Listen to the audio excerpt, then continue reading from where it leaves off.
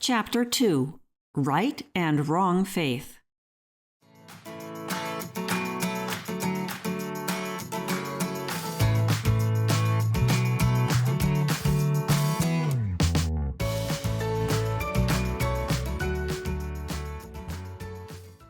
So many of us are sincere in our desire for spiritual development, but our faith is not whole.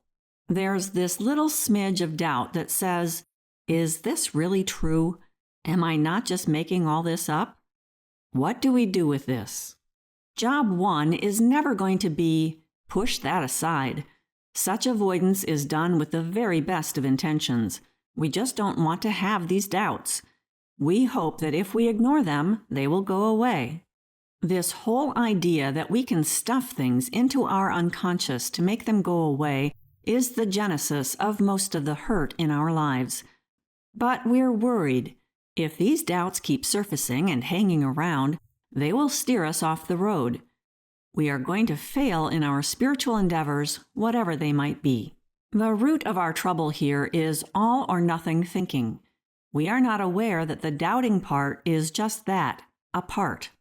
There is a greater whole, and it is full of contradictory currents. So fear not, there is another part that does believe.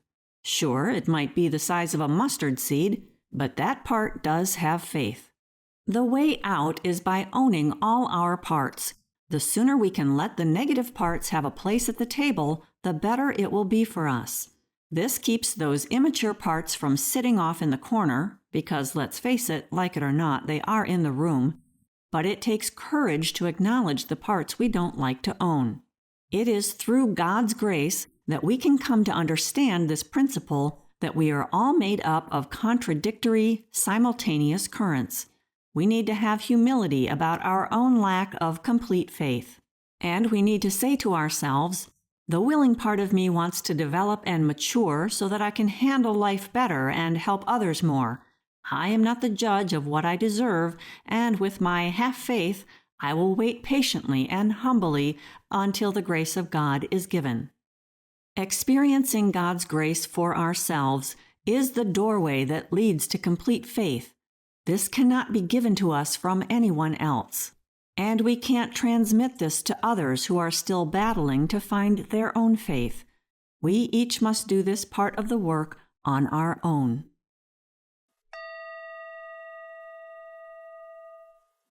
But be careful here. There's a second aspect about faith that we need to know. Complete faith is a misnomer. Every impurity in a person's soul affects the completeness of faith. Perfect faith, then, means perfect people. Not going to happen. That said, some have much more faith than others, which can lead to a feeling that one is something special to God, a favorite child. This is dangerous and potentially quite harmful, because there is a ton of pride here, and it is easy to deceive oneself. Sure, it would seem this is an expression of one's devotion and spirituality, and yes, there are good and pure motives here, including the desire to come near to God and to love Him. But mingled in are bad and impure things, spiritual pride, and a feeling that we rate higher than others in the eyes of God. This feeling of being special is an in-between state in spiritual development. It's just one's longing and love for God waking up faster than pride and self-will are leaving. Two opposite trends in one temporary state. It's real, but it's not right or good, and it's a normal part of the growing up, self-knowing process. So if a feeling of being special applies to us, even if only in some small degree, we have some work to do, because such people who feel specially loved by God are often particularly intolerant of others. It may not show up outwardly, but it's there in an inner attitude. Here's something to try, perhaps in meditation. Choose someone you don't respect, or better yet, someone you really like least of all the people you know, someone who really irritates you. Now think about how very much God loves this person, just as much as God loves you. Even if they are spiritually less developed, Even if by a lot, they are still loved by God. Good medicine for a prideful soul. We humans are complicated pieces of machinery, and the work of overcoming faults is a big deal. It takes time and a lot of effort.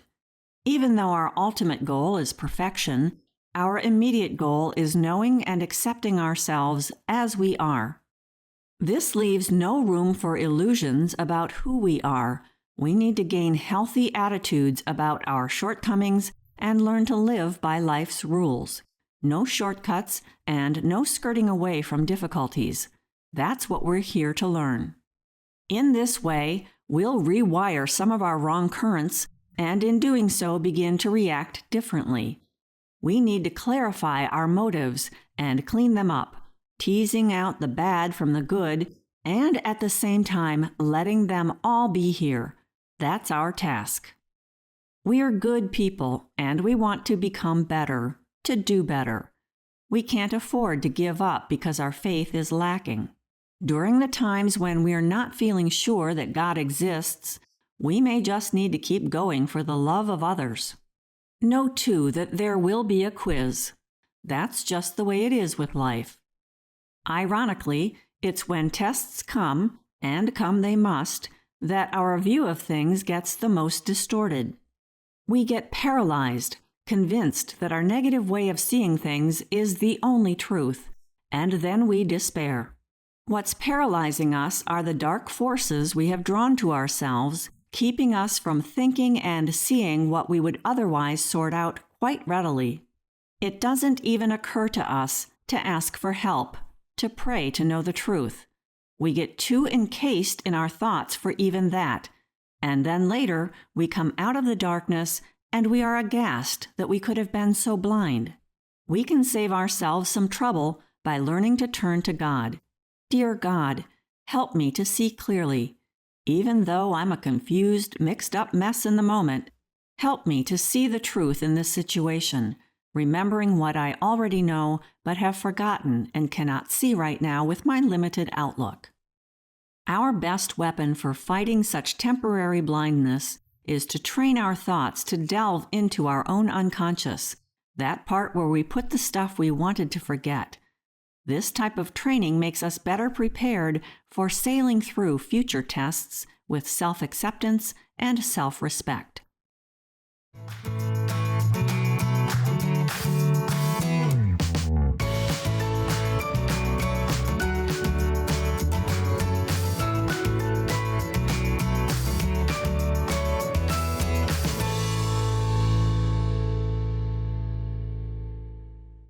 This work is copyrighted by Jill Rhee, founder and manager of Finesse LLC.